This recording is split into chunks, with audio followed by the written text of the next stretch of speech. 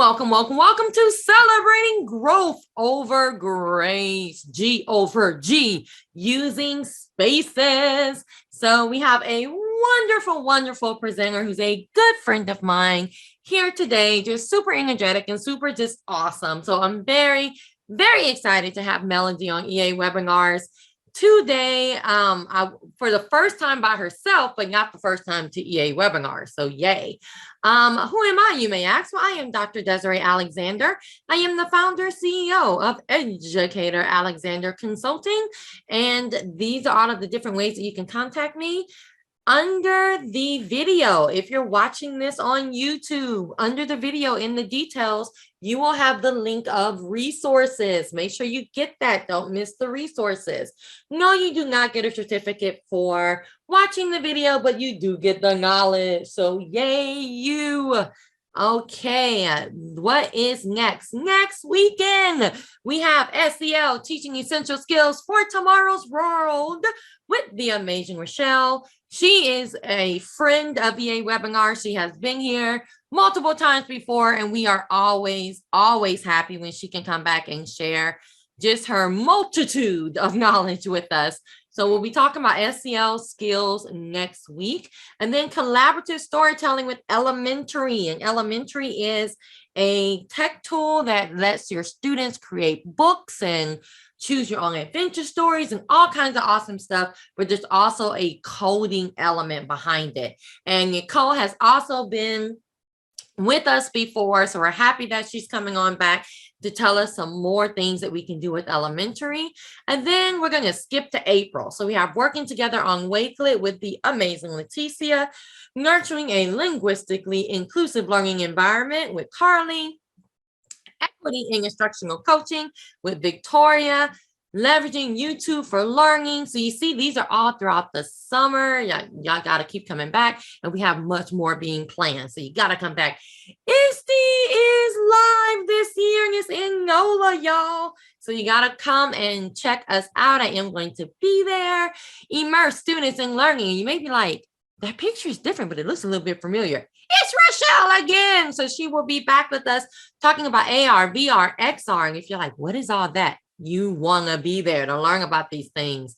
And then we do have 2 BER sessions. These are paid sessions, so keep that in mind. And then we have another one specifically for ELA teachers. So there you go. Those are what we have set up right now in the EA world, but there's so much more being planned, especially for the summer. We always have a couple of series going on. So I'm excited. And if you're like, Desiree, you went too fast, I couldn't get it, it's all at the same link, edalex.net/events will lead you to everything that you want to register for. So make sure that you register. All right. I know you didn't come to hear me, even though I know my smooth jazz voice makes you happy, but that's not why you're here today. You are here to hear Melody talk about celebrating growth over grades using spaces. Well, thank you all so much. Desiree, your energy is amazing. Like I'm having a good time just with your introduction. And I want to thank every single person for coming here on this live part. Like just giving up part of your Saturday is amazing. It doesn't is not lost on me. So yeah, we are going to talk about an assessment platform showcasing the whole child. And just because I know that a lot of us are techies, ed techies in here, I'm just curious if in the chat, like if you want to talk about your role in education, if you're more interested in the discussion whole child part, or if you're more interested in the techie part, that will also help me know how to share with you in a way that really benefits you and your time. And also, well, I guess I'll get to all these alsos, right? First off, I want to introduce myself, and Desiree, please interrupt me if anybody shares something that needs to be said, like, that for me, that talking with everybody is important. So this is my introduction. I started teaching in 2004 in a tiny little town in Texas. My husband and I have 5 children. I don't know if you know that I am a little bit 80s. Like I love all things 80s. Those are my, coming of age years. I was born in 1980. I don't care if you know my age. It's all part of who I am. And, my whole entire presentation, I want you to understand who I am wholly as a person, because I feel like this is how I share because we are all whole people. We are not just educators. We are not just one thing. And so this is why I put some of the silliness up here. I'm also the author of the I'm Sorry story. It's also in Spanish. And if you are interested in that, actually, a couple of people can win this today. So, and you can tell me which one you would rather have. But the I'm Sorry story, and the reason I share that is because when I started teaching in 2004, I knew even as a young teacher, believe me, I wasn't perfect. I made a lot of mistakes, but the whole child was very, very important to me. And I just didn't know all the buzzwords yet, but I knew that to relate to children and to my students, I needed to make that emotional connection with them. I needed to make sure they knew they were valued because we were building a community. All of these things have always been important to me, even in my story. And that's why it goes so well with my presentation. So I want to give this out to people, to winners, and we'll talk about that in just a second. And also, if you want to follow me on my socials, please do. I follow back educators. That is so important to me. So, and I have a weekly book chat. It's usually education authors. So every Wednesday, Rochelle has been on my book chat and she's here in the room. Thank you so much for coming today. So yeah, moving on. These are the things that we're going to talk about in this discussion, but really pay attention to number 3. If you will go to bit.ly/spaces prizes, you can sign up for prizes. Definitely at least 2 people are going to win the book today. So make sure, and I'll have it sent out to you. Make sure that I can connect with you through this little form, and I'll get your email. And if you win a prize, you are good to go.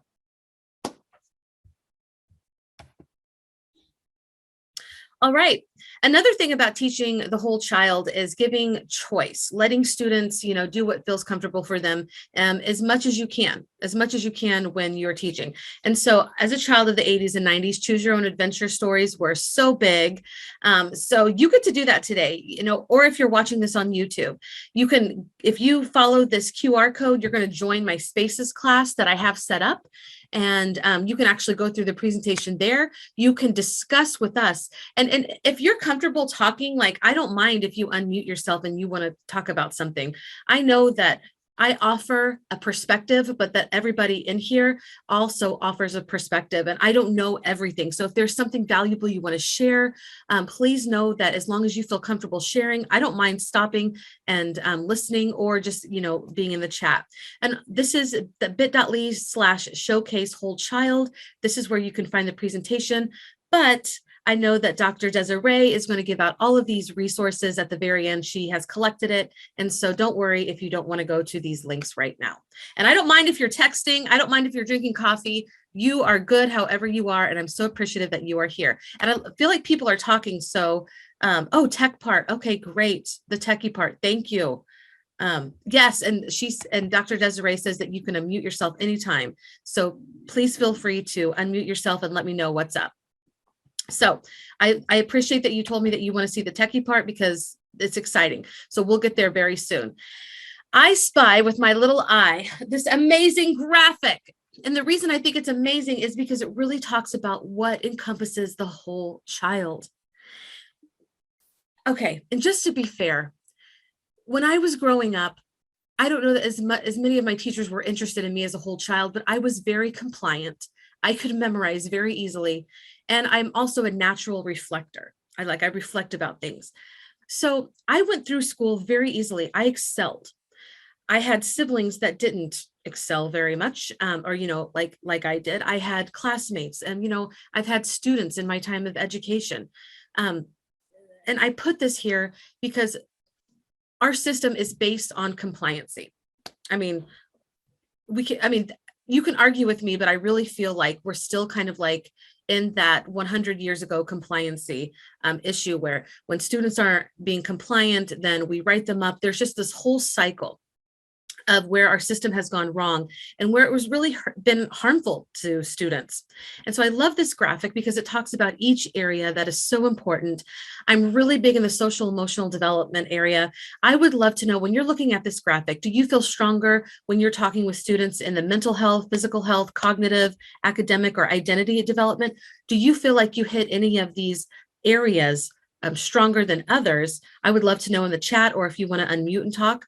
Another reason why I love this graphic is because when we're talking about the whole child, the community aspect of bringing the community into your classroom, into your school is important, but also your community we should be actively participating in our community. Our community should be a place where we get the resources we need. We know that's not the case all the time.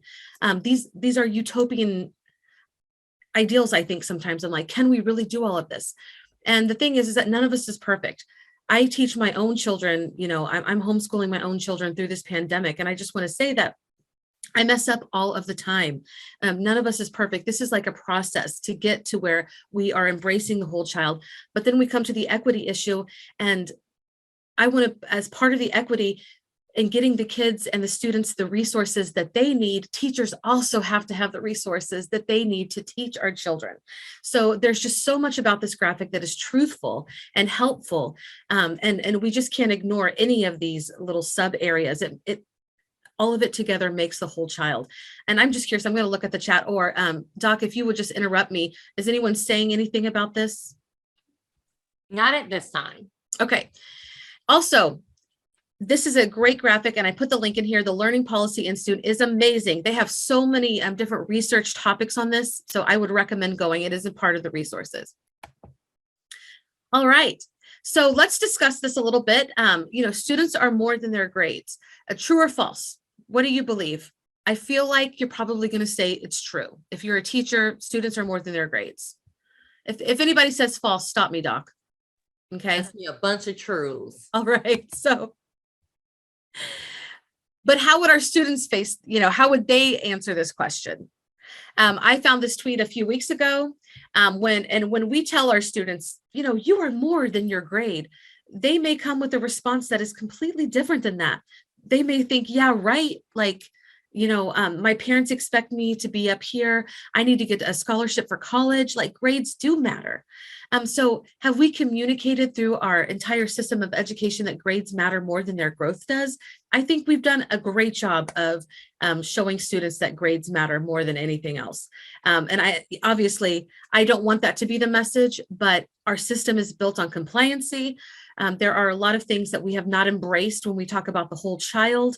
So as a system, now I know teachers everywhere are doing great jobs, but this has to be like a systemic change. So I wanted to say, like, compliancy is the nemesis to the whole child teaching. So, and you can kind of see this because now our students are saying, yeah, right, grades matter more than anything else. So how can we celebrate grades over growth? I'm gonna kind of skip through this unless anybody wants to unmute and talk about it. Or do you celebrate grades over growth? I think as a system we do. I think we celebrate grades and test scores over anything else. Mm-hmm. Definitely. And it's okay. Like it's kind of something that we don't have to necessarily answer out loud, but to really think about if we are celebrating grades over growth. And even in my best, I still feel like, the grades at the end of the day are what parents want to see, what students expect, because we've built that culture. And I taught most of my years, in upper elementary. So we've already conditioned our students to expect the grades, or to expect that they're not going to make the grade. They already know how they kind of measure up in this system by the time they reach me, in fifth grade. And maybe there are some secondary teachers in here. So you go further and the grades become even more important in how students are labeling themselves. They have more years of doing that. And communicating this with our families, like if we truly believe that the growth is more important than the grades, how are we sharing that with our families? How are we communicating that with students so that they know that it's real and it's genuine? And then I'm kind of rushing through this because I want to get to the tech side because you guys want to see the tech, but I also want to just address that. How do you feel about assessment? I put assessment in red words or red letters because when I was in the classroom, I felt like it was kind of a tool to punish me. I wasn't thinking about like formative assessments. I was only thinking about like, the benchmarking that we were doing, the state testing at the end of the year, just all of these things. When we would meet with our PLCs, I felt like we were just comparing data with, my teammates, students, the district students, the state students. I always felt like it was really arbitrary when it was talking about what my students were doing in my classroom, that the way that I saw them growing wasn't necessarily represented in the assessments that we were giving. And so I did feel like it was a punishment. And if I'm feeling like that as the teacher, then I know that I'm passing that on to my students as well. Or they have already, even before they came to my class, they have already developed their sense of how they feel towards assessment. And I had many students who were, would along the year, I don't want to say that I had my whole class, but I had students along the years when it came to state testing who were so frightened and so tense about it because of the way that it has made them feel throughout the years. And I'm sure that you have as well. Is it okay if I look at the chat, or did anybody contribute or want to say something? Not at this time. All right. I will just wait till you, I'll just wait till you stop me. I'll just assume that if you want to interrupt me, you can. All right. So we are tired of the buzzword. So I want to tell you about my best friend. I love spaces. I love teaching. I love, celebrating the whole child, celebrating the growth, sharing that the process is so much more. When we talk about all the buzzwords, SEL, standards, equity, the whole child, all of these buzzwords. But if we don't know how to put them into action, then we're still lost. We can talk about it on Twitter chats all we want, but if there are no changes taking place, then it's just buzzwords and it is exhausting. So I agree with this. I really like this guy. I follow him, and he just puts out a lot of good stuff. So I totally recommend following him as well. Now I put this QR code. It will go into our Spaces class. And so if you want to travel there right now, go ahead and do the QR code. And if you can't do the QR code, you can also go to spaces.edu.com, or I'm sorry, spacesedu.com, and sign up as a student. And it's okay if you want to use your personal email or your work email. If you think that this might be a tool that you want to use as a professional, and you want to go ahead and use your work email, you can toggle back and forth between a teacher and student. So if you want to use your personal, that's fine too. And if you don't sign up with the QR code, then use this code when you sign up as a student so that you will be in my class. I'm going to leave this on for just a few seconds, and I'm going to take a drink of my coffee, and I hope that you guys are doing well. Let me know if you have any questions, or if I've gone too fast through this. It's weird when you're like talking on a webinar and you're not seeing what people are saying to you. You guys know how this is as well when you teach remote. And so it is hard to gauge. So I want you to feel comfortable stopping, asking questions at any time. And a couple of notes that I took before I started that I didn't mention when I talked about the whole child, about like the equity part of it. When we're talking about our students that are living in under-resourced areas, like they don't have what they need in the community. They often don't have what they need in the schools. So, trying to teach our students that aren't getting what they need, we know that it's like an uphill battle. It will always be a struggle. Our students, they won't care what we're trying to teach them because they have other needs that need to be met, which is why the whole child is so important to teach to. But I also want to say that teachers have the same needs. And when they are not being served with the money that they need to be able to implement, when our school systems don't have the right funding, and when they're constantly being ignored, or their own, physical and health and emotional needs are being ignored in the workplace, it really does create a system that just isn't working for anybody. Because for students to get what they need, teachers have to get what they need. And it needs to be something beyond just what certain school districts have, where certain school districts don't. And so The more that you read about the whole child, you will find that that is such an important piece. If you don't have that piece in it, it's really, you're not going to be able to really meet the needs of every single one of your students. And when I say meeting the needs of every single one of your students, that kind of is just something that can be fearful. Like, how would I even do that? And again, I just want to say that this is a process. So I'm going to go ahead and go into the tech. Hopefully you are, you got into this Spring into Spaces class. And I just kind of want to show you, this is this classes space, and I'm sure that people have joined. It says new notifications. And I'm clicking. Okay, here we go. All right, Tasha, thank you for joining. And you're looking at the teacher dashboard right now. So this is a platform where we capture growth and student learning whenever and wherever it's happening. Okay, we are called spaces because we have 3 types of spaces. What I just showed you was like the classroom space. So if you're a secondary teacher, or if you wanted to do this by subject area, if you're elementary, or maybe you're just not a content teacher. This is where your different periods, like if you had period 1, period 2, period 3, or whatever you're thinking, like wherever there's like a group or a class of students, this is where you would create, you just add your class, okay? And we are going to go into the Spring into Spaces class. And as you can see, I've already made a post. So it's holding all of the information that I would love for students in my class to go through. But it also has 2 other spaces. We have an individual space and you just create. So I want to create an individual space. Yes. Next. And then I would click on all students. And so this really cool individual space could be, you know, for different things. You could make this a digital portfolio where students are uploading, and you could talk about that, where they're uploading their best artifacts, okay?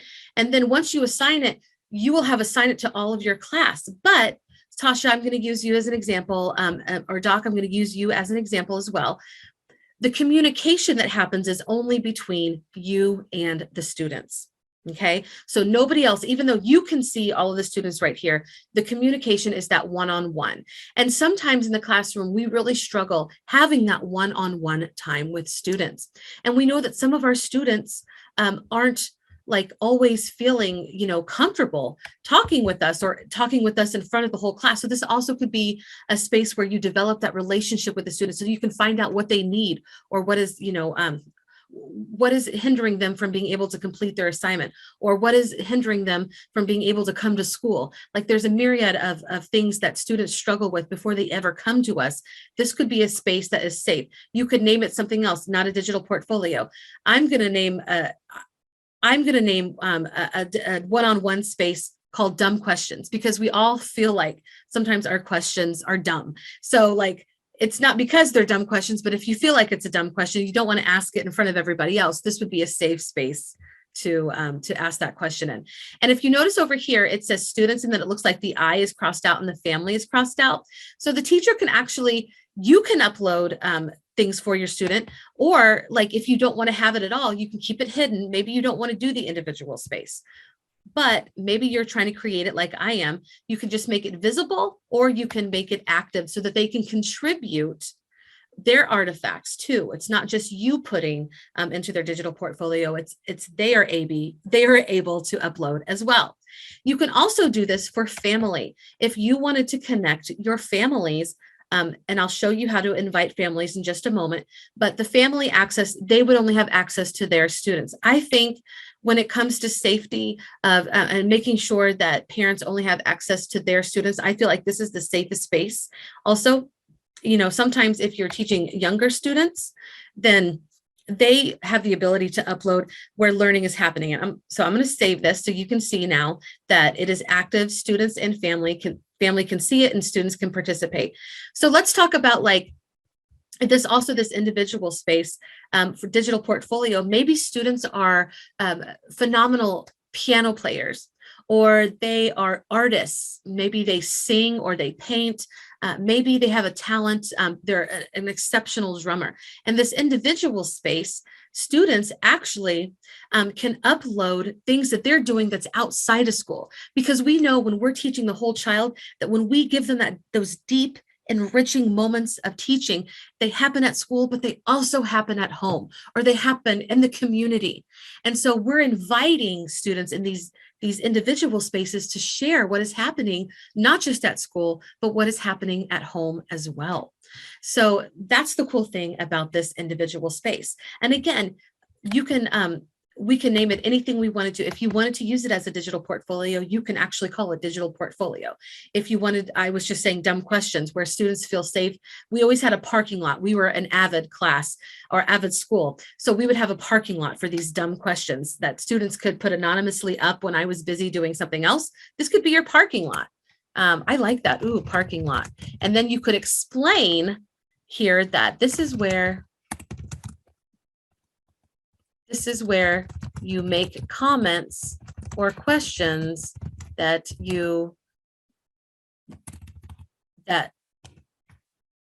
share with the teacher. You get on my toes. And let's say I'm making this space, this parking lot space, to ask questions or comments. I have a camera and audio. I can upload files. So it doesn't matter what grade level you teach, you're going to have students that aren't necessarily the strongest of readers. So uploading, you could hit the audio and you can actually start recording your voice. And I do this in my spaces with my class. And I do have readers that struggle. So I just want you to know that whenever you create any space or any post on this, you have all these in-house apps to do that. So nobody has to be left behind. Again, when you're coming with that whole child, you're meeting them where they are. Everybody can participate, and that is so important. Okay, I'm going to go. So this was the individual space, and I kind of showed you how you can make it. And you can make more than one individual space. You can create another individual space and make it your digital portfolio. So students can, they know, okay, and I'll just do that. So I'm going to invite all students again. And since I made that other one the parking lot, this is going to be the digital portfolio space. And the cool thing is that this digital portfolio will be shared. Like if you were a district that had all of this, it would be shared. You would see the growth over time, not just the growth through one school year. There's just so many amazing connections that you can make with this. And then if you wanted to create a group space, so I would have to we can do 2 groups or 2 students per group. That's what it's going to do automatically. So it's going to group. Look, I have 2 groups. Yay. So if I'm working on a project-based learning is so important when you are, I'm just going to put PBL so I can think when I'm talking. PBL is so important, or when you're talking about helping your students get that critical thinking, when you talk about a student-centered learning or a learner-centered environment, like projects, giving them problems to solve, any type of group social back and forth where they can discuss. These are all amazing things when we're talking about group work. And the assessment part of it is that through these different spaces, you will actually see the growth that students are making throughout their time with you. It's not just a snapshot on, one day of the year. And we didn't really talk about this when we were discussing, because I wanted to show you the tech and I want to be respectful to your time. But, I know that assessment isn't always bad. Like the formative assessments that we do hourly or daily with our lessons, those are things that we do naturally. And a lot of the things that we do with our students are natural when we're talking about the whole child. We're already doing a lot of different things that are celebrating the whole child.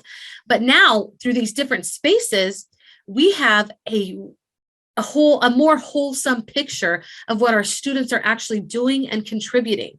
When we talk about the group space, so I would just see the group 1, and I could change all of this and edit it, but I could see what are Rochelle and what are Doc Alexander, what are they doing? How are they contributing? I can hold them accountable. We all have seen that, you know, sometimes students do more work than others, and we have to hold them accountable to that, because that's how they grow. They need to know that their contributions are just as important. So there's so many aspects. I feel like I don't even know if I can adequately address it all, how to celebrate a whole child with this platform, but not just to like to get a pat on the back. I think sometimes we think, oh, whole child, and we think like we're coddling students. We're not coddling them at all. Like, we can hold them accountable, and we can have like very high standards. In fact, we should, because having those high standards is what's going to push them to grow and to keep thinking, and also so that they can believe that they can do this. If we believe that they can achieve these different things,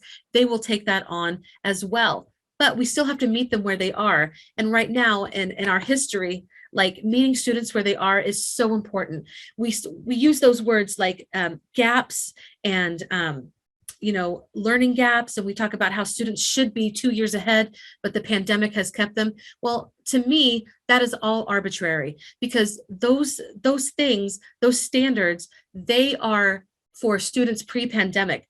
Yes, our students have more needs now, but they also still are capable of learning. And so meeting them where they are is exactly what we should be doing. And I'm sure that most of us are doing. Now, when I get to these spaces, I want to kind of make note again. You can see, you can control whether students are active. When you get into your class space, for right now, you can even make them inactive in the class space if you wanted to. Some teachers are like, I don't really feel comfortable with this class space. So you can actually hide that class space if you just wanted to use it for the individual space. I wanted to make note of that while I'm still here. Another thing that you can do that celebrates the whole child is create activities.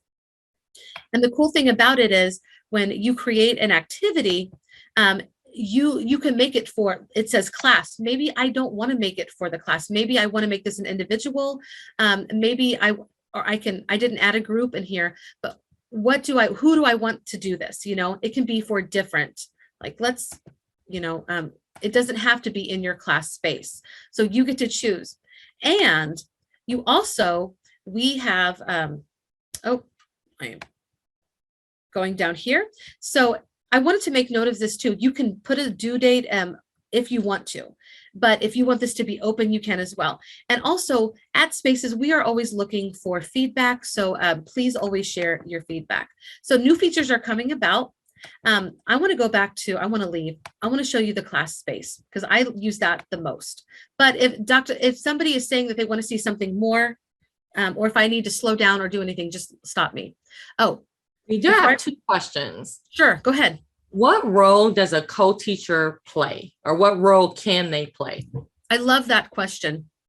So when you want to connect your co-teacher, I think it's very important, or even connecting like an admin, so that other professionals in your, you know, school community know what is going on. This will keep everything on the up and up.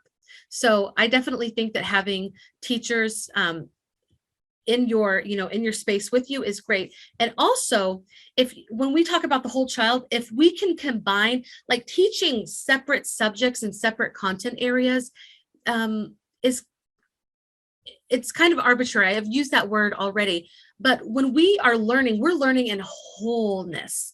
When we're learning how to read, we're also learning how to write. We become better writers when we read more. When we are, think of the social studies aspect of it all, when we combine academic areas as much as possible, we're looking more at a whole picture, a big picture. And these are really important ideas when we're talking about the whole child. So if you wanted to invite teachers, y'all could see what each other is doing. You could actually add to an activity or a class space. And I'll go back to the feed now.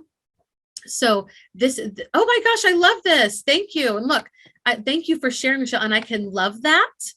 So that is so cool. But I think having co-teachers on this is extremely important, and makes that connections. And when we go back to that graphic about teaching the whole child, we're talking about the community part of it as well. And we can speak to our students in a more wholesome way, and where they see that, oh, they may be going to Mrs. Poth's class, and then they may be going to Dr. Desiree's class. So I'm just saying names, but these educators are still aligned, you know, and what they're teaching is still aligned. I hope that answers the question. Yes. And the other question was what are the differences between this and Google Classroom, Microsoft Teams? I love that. So when we talk about Google Classroom, and correct me if I'm wrong, but you can't connect your family in Google Classroom.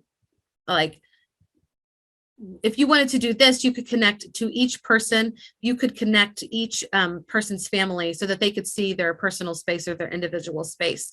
Another thing about Google Classroom is just you have to use outside apps. Okay, so let's see. Oh my gosh, yes, it does look like social media. You can teach digital citizenship through this. But so when we're talking about feedback, and I know that feedback, you can do that in Google Classroom, but all of the apps are here, and all of the tools that I have as the teacher to create, the students have as well. So when I'm responding to Dr. Alexander here, I could actually choose to voice record. I could choose to record myself. Oh, this isn't going to let me do the camera because I'm on a Zoom right now, but I could upload. So these are all in-house apps. Our students don't have those extra clicks. They don't have to leave the platform to share in here. It's all here. As for Teams, you know what? I'm just going to say that I'm really a Google person. I'm not as up with Teams, so I don't want to make an assumption with Teams. Oh my gosh. And one of the best features is setting curriculum goals. You see here, right here, the manage and tag sets and the curriculum goals so that you can actually tag student posts and your posts. So right here, I have already uploaded these and I am going to, okay, so I have already uploaded these, and I wanted to show you that you can even upload SEL competencies, the CASEL competencies. And so I'm just going to click a random, but you can actually tag. So your administrator, when you're showing them how it's showing growth and how it's related to what you're doing in the classroom, tagging those curriculum tags, using those curriculum tags shows how it's connecting to what you're actually teaching. Oh, thank you, Sanjeev. And I'm sorry if I said your name incorrectly. Thank you so much. And you can manage them and upload them right here. Just, it's very user friendly. That's another thing that I think is different than the Google Classroom. Google Classroom is wonderful, and Google Classroom set the stage for a lot of our ed tech. But I also think that Google Classroom can be very unfriendly with users or new users. Like if you're not certified and you don't know how to use everything, that can be a roadblock. Here, I feel like Spaces is very user friendly. You don't have to be certified to use this. You just can start clicking on buttons, and you're not going to click on anything that's going to break it. You know, so you have that. Thank you, Bonnie. Yes, and comments are visible to everyone. I want to make a note of this. It says comments are visible to everyone. So you can actually go through your feed and comment on others' feeds as well. I hope I answered that okay. Or if there's any other questions. Awesome job. Were there any other questions? No more questions right now. Okay. One of the things that I love about the class feed, and this is the main feed, and I think this is where you would want to get started when you're building your class. And Dr. Desiree, she said this looks like social media. And I love that. When you're trying to teach those digital citizenship skills, this is a safe space. And, you know, a lot of us know Alice Keeler. She is one of my close friends. She talks about how when you're teaching digital citizenship, don't just use the good stuff, use the stuff the mistakes that students make. And we know that as they navigate this space, they're going to make some mistakes. Use those as teachable moments, okay? And so if somebody puts something on the class space, as a teacher, if it's really detrimental, like if it's hurting or bullying, take it off. Like, you can take it off immediately, okay? But like if somebody just says, you know, something that's not like detrimental to somebody else, they just make a mistake. They should have just, maybe they need to edit, or maybe they need to be, maybe they're focusing too much on negative things when they're talking to you or or another classmate. So you can actually use this as a teachable moment and say, hey, so like, if you were on, how does this make the other person feel? Is there a better way to communicate what you're trying to say? And use those moments to do that. And also, we know that in, you know, the real world, people don't necessarily adhere to these digital citizenship priorities, standards in the real world. So part of this is helping our students learn how to communicate that builds other people up. When we're talking about the whole child, part of that and that social emotional learning is not just being self-aware and making sure that your needs are met, but also that relationship with other people is so important, because that as we are entering the world and contributing to the world, and they don't have to wait till they grow up to do that. And I think that's another important message. But just being able to communicate where people hear and listen and want to hear and listen to you, it is so important, and maybe not a skill that happens very naturally.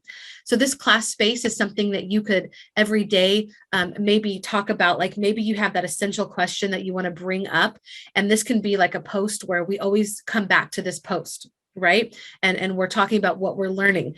And then another thing that you could do, and remember that students are, when they come back to this, when they can want to reply, they can choose how they want to respond, and giving them that choice and that autonomy to do what feels right for them is so important when we're talking about the whole child. And it starts building up their confidence that they can contribute in a way that feels valuable to them. And I just love this class space. It can get kind of muddied. So when we're talking with spaces, as a company, they love teacher feedback. One of the things I have said is I would love to be able to pin something at the top. So hopefully we'll see that. But if you have any other feedback, they have different places that you can share your thoughts. They have it on the website, all sorts of things like that. Are there any questions before I move on? Not right now. Okay. What I'm saying, is it making sense? Is it helping anybody?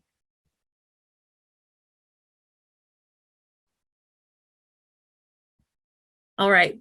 We've had great comments in the chat, so I would say good. Keep going. Awesome. Thank you. Thank you. And so just if you are thinking, well, I want to upload my curriculum, it doesn't matter what state you are. Okay. You can actually, these are adding your curriculum is something that you can do, whether, managing. So if you want to add your curriculum from like Texas, you just find Texas. And then you can go through the different, I know they're TEKS, so you can go through the different standards that you want to pull from. I'm in Alaska, so I do the Alaska, but you can find all the things that you need for your particular class. So and then you can just add set. It's super easy, is what I'm trying to communicate when you want to add those curriculum tag sets. Make sure that you get those CASEL competencies. Those are super important. But yeah, like even, I wonder, look at this ACT, like that is so cool. College and career readiness. These are just amazing. All of the things that you can find in here. All right. I also just want to show you, if you want to connect your family. So your students, you guys actually came in through the QR code probably, and the QR code is coming for this summer, so it will be ready in the fall. But if you wanted to connect your family, this is how you would put the email to the different student and then the teachers right here. So I wanted to make sure that you understood that. And then of course the messaging, being able to communicate with parents is so important. When we're talking about the whole child, we can't do that without including families as well.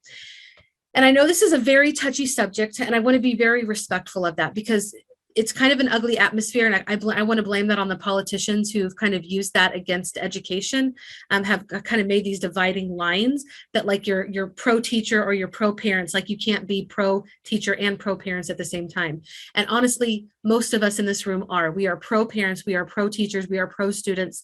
We don't feel like we have to choose among any of those groups. Like we know that when we work with everybody, we're creating a very healthy environment where parents feel comfortable to come to you and ask you questions about what's happening with their child or what's happening in class. And then also as a teacher to reach out, maybe there is a student struggling and you want to know what parents are doing at home so that you can replicate that at school for their success. So that's a successful kind of like triangle of community and bringing that in, and the ability to message. So that is, I just wanted to share that with you. So this kind of like is an all-encompassing app or a platform. You can use it on the browser. I use it on my phone when I'm with my kids and I want to upload something that they did. That's just something I like to do, but you can use it on the browser as well. And it just, everything is here. I hope I haven't forgotten anything, but I'm wondering if I you have a can. question. Yeah, go ahead. Can I get an example of a way to use spaces for first graders? Yeah. So you mean like making a class? I'm guessing if L. Jones wants to get on the mic, you absolutely can. Yes. I was thinking more of like, what activity could I put in there for a first grader? Because this seems like kind of, upper grade levels. What could I put in there for a first grader to be able to use it? Okay, I love that. So when you are in the class feed, and I would definitely recommend the class feed to start, okay? When you want to create a post, this is where you can upload a file, or like if you want to make sure that your student, you can, maybe you have strong readers and you can type, hey, introduce yourself. And then you put everything in type, but then you can also do a video. You can just say, hey, everybody, I'm so glad that you're in class today. Welcome to the new school year, or wherever you are. Obviously we're not in a new school year, but if this were, or welcome to Spaces, I'm so glad you're here. You can actually put that into your post. And, oh, sorry. And you could upload a file, like maybe you, I use Canva, I don't know, maybe use Adobe, you might use Google, whatever files that you have that you want to put up here. Maybe there's an activity sheet that you want to put up there and add, you would just add it as a file. You could do that as well. And so you could have that welcoming space. I don't know if that is helping, but I will say, I'll look to my post that I made earlier. You can upload up to 10 media files, and you can edit it. Like I didn't put like a voice thing right here, but I could do that if I wanted to edit. Look for those three dots, just like in Google Classroom. Also, if I wanted to like make a recording, this will just say picture, because I'm on a Zoom right now, but it will usually give you the choice to actually make a video, and you can play around with this, by the way. It actually gives you a chance to make a recording of yourself in this app.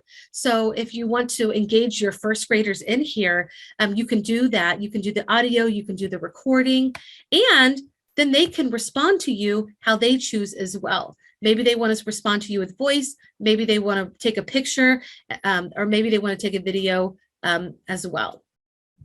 I think that's a great explanation. And she said that she could use it for her morning writing. And Eric gave an example of a little for younger learners. And I would say it really depends on the tech level, right, of your first grader. So, I mean, if they can type, then they can type any of their responses in there. If they can't type, they can use the audio feature. They can use the video. So you can ask them a question on video and have them click the video response and, and respond. So it just really depends on the tech level of your first graders. But I can see so many different things you can do with this, and it's all included in one space, right? I should say. I mean, you could even use this as your carpet time. Somebody watching, they may not teach in a brick and mortar school. Like if you wanted to have carpet time and or just a class meeting, whatever grade level that you are teaching, having that group space where you can bring your students back in, where you have like maybe the general question of study, the essential question. This is also where you can tie that in. Or maybe something is happening in current events that you need to address. Right now, we are in a crazy time. Things are happening in the world that feel heavy for us as adults, but also feel very heavy for our students. Giving them a safe place to acknowledge that right here when it happens, that's helping your students in a real way, in a safe place, know that they can come to you and we can talk about this in a healthy way, in a way that feels safe to them. So, and that's whether you're in a brick or mortar or like in a hybrid situation, this platform is wonderful for that. And I want to share that because sometimes we forget that, like we just go through the motions of school, but our students are bringing in real world issues that you and I are also bringing in. So it's a great place where all of that comes together. And when we talk about assessment, the more curriculum tags, and this is really cool, you can like click on a curriculum tag and see where you've tagged everything with that. You can filter by that tag. So you can actually show your admin, like when you're being evaluated, you can share with your admin, like this is how I've worked towards the standards throughout the year. Or if you're having a parent conference and you just want to show like in the individual space what each child has been doing, you've got all of these artifacts to show that this is where the student has grown over time. And the cool thing is about this is whether your students are making a 4.0 grade point average or whether they're down at a 2.0 grade average, like they are growing in some way. You can still celebrate that. Like you should be celebrating that because students, regardless of where their grades are still worthy to be praised for their for the growth that they're making and the unique way that they contribute and the talents that they have. Everybody has something worth celebrating. And it's not just like this pie in the sky utopian, thing that I'm talking about. Like it's real. Like when we want to connect with those students on an individual space, that's what's important. They need to know that they're being seen, that they're being valued for what they contribute. And that's what I love about this all of these spaces is that you can do that. You can do that in a group space when you're working with, the few students, the one to the few. You can do that to the individual space where you have that one-on-one. And then you have the class space where you're with everybody and everybody is creating that community together.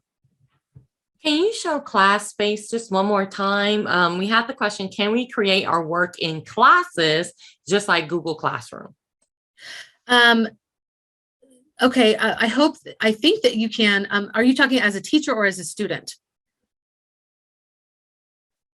Like create your work. We're going to see if he can hop on the mic and clarify or put it in the chat. As a teacher. Okay, yes. So, okay, say that question one more time. It says, can we create our work in classes just like Google Classroom? Okay, so I would say no to that. I could create like an assignment or a post right here in the app, if that's what you're talking about. And then I could also pull from my Google Drive or my OneDrive. But I don't know if that's really, I don't know that I'm understanding the question. And then the students also, they have the same, but I feel like I'm not answering that question right. Hopefully he can hop on the mic because I'm thinking he's talking about what you show with class spaces, but maybe not. Right. Or an activity. Go ahead. Sorry to disturb.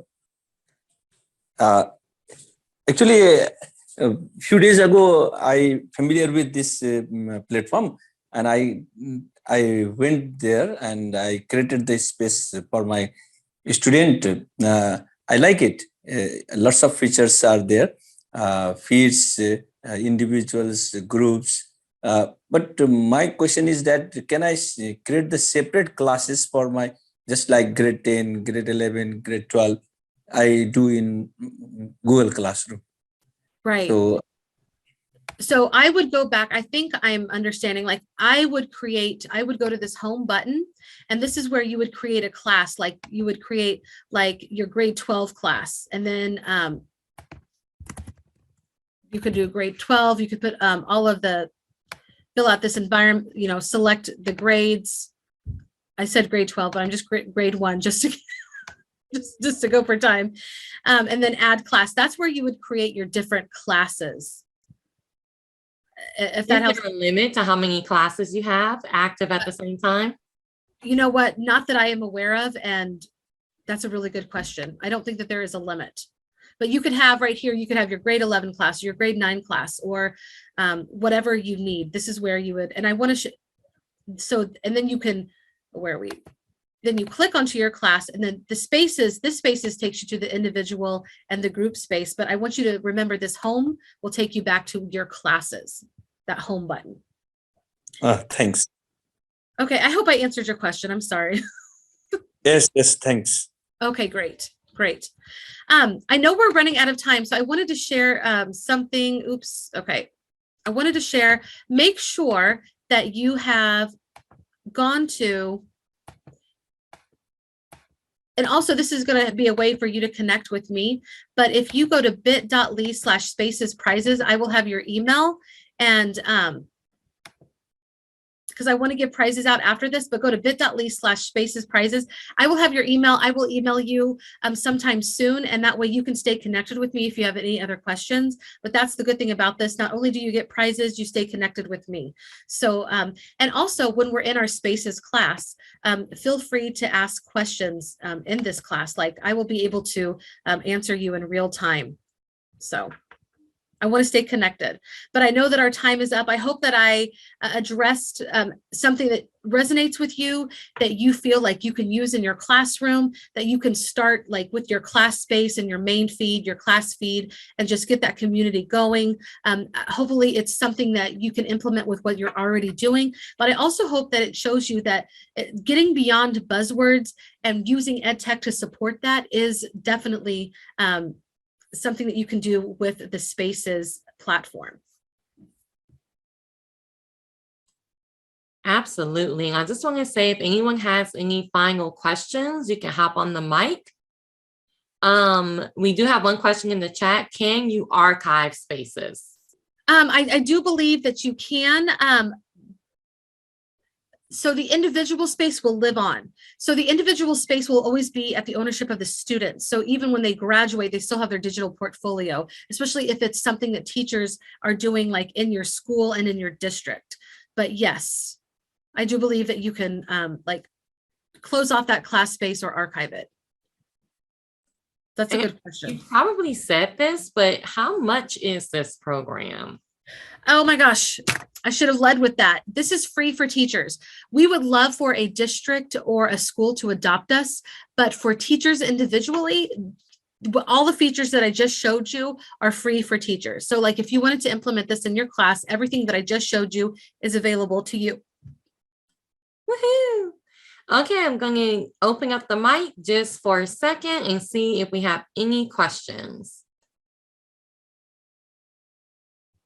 Thank you all for being here and giving up some of your Saturday morning to be, or Saturday night, because I know we're international right now. Yes. Okay, my question is that we can connect with the family. We can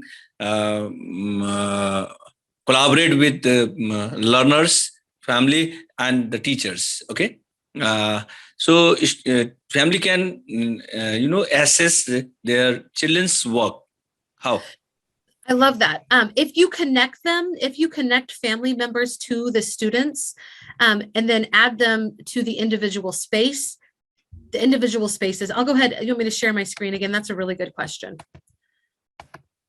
Okay, so first of all, you want to add your parents, okay, or your family to each of the students. Like for Bonnie, you just want to invite Bonnie's parents. You would send the invite, okay?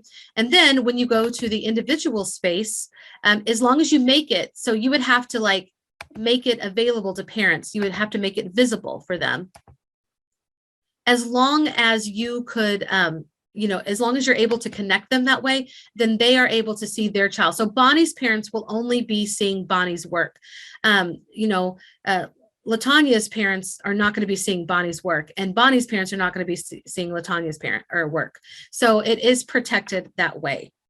And you just connect them through when you go to the people. This is something I love about it that is, for me, not as easy on Google Classroom, but you just go to the people tab and then you invite who you want to invite, whether it's family, students, or teachers. And then would the family have their own login? Like how do they get to see the students' work? So once you send the invite, it's going to have like a link that will link them back to your class. So then they go to spacesedu.com. Okay. And they are going to sign up as a family. And then, okay. And so they're going to put in the information in, and I'm sure that it will ask for like the code. Okay, and they'll get that in the email when I send it to them.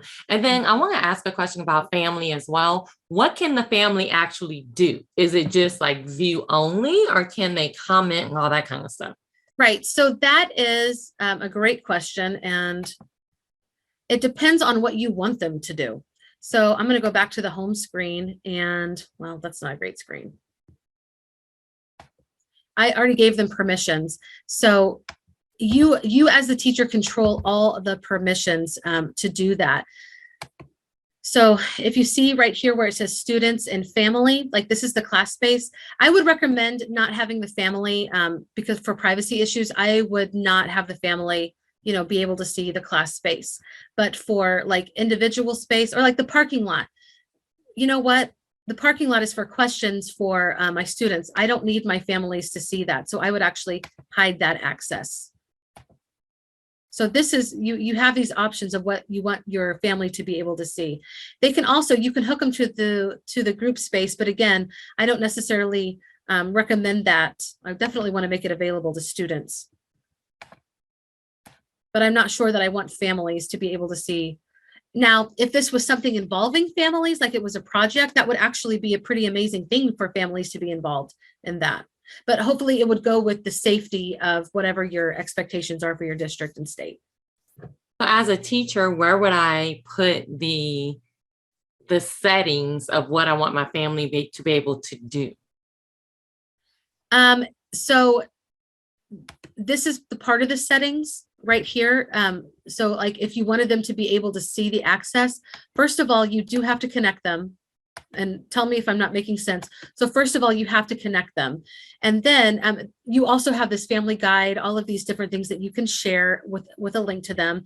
And then like, I guess, you know, I would message them. Like if you want to message your families, I would start there. If you want to set the tone for how you want them to interact with you, then that would be a great place to start. You know, so when the family first comes in, like you see how you have all those little buttons by you where it says add message. Are they going to have that too, or are they just viewing what the child has done? They're going to be viewing, and I don't know, to be honest with you, Okay, if they can have that, but it looks like I need to explore that. That's a great question. okay, yeah, just kind of wondering. Yeah, do families have the same creation tools that everybody else has? Is that what you like to speak? Exactly. Yeah, I love that question. I'm going to ask that. I can definitely get back with you on that. All right. Are there any other questions? Any other questions? I'm not seeing any in the chat. We'll give you about 1 minute to unmute yourself because we are running out of time. And I want to be very respectful of Melody's time. So any other questions? How to find student assessment? All right, so that's a great question. The assessment is actually the entire, like everything, all the artifacts that students upload, whether it's uploading at school or uploading at home, because we're capturing learning wherever it happens, as that is whole child specific. So the assessment is actually looking at what you and what they are uploading. And that's showing the growth over time. So you're getting that snapshot. So instead of just placing all the value in a standardized test at the end of the year, which we know is detrimental, you're looking at what they offer and what we have seen their growth all year long. You could even, with the activity button, you can make a quiz if you wanted to do that. If you wanted to make a formative assessment in some way, that is all part of it. Then they complete, you assign it, and then they complete it and you get to look at it, give them feedback, and have that feedback loop that is so important. And that is part of the activity space. And I can share an activity with you guys if you want to, you know, so that you can see that as well, what it would be like for a student. And I do have to ask one more thing. Melody, Yeah. can you share your screen again and show how to turn off email notifications? Because I got about 10 emails. So can you show how to turn that off? So the notifications are going to be right here. And you know what? To shut all the notifications off, I think it would be in your settings. Yes, under the gear. Yeah. So yeah, right here. And oh my gosh, yeah. So there you go. So if you don't want those, take them off. I do want them, so I'm going to turn them back on, but you don't have to have them. That's a good. I love that you asked that question. I like having all the notifications. I like seeing the little red thing. It tells me, oh, so-and-so did something new. But yeah, as a person being in this space, you might not want all the notifications. Or you may not want the email ones. You can still do the in-app ones. Right. I love that. Yes. So there's that here. We're going to see, do we have any other questions? Going once. Going twice. Melody, you have sold us on Spaces. Thank you so much.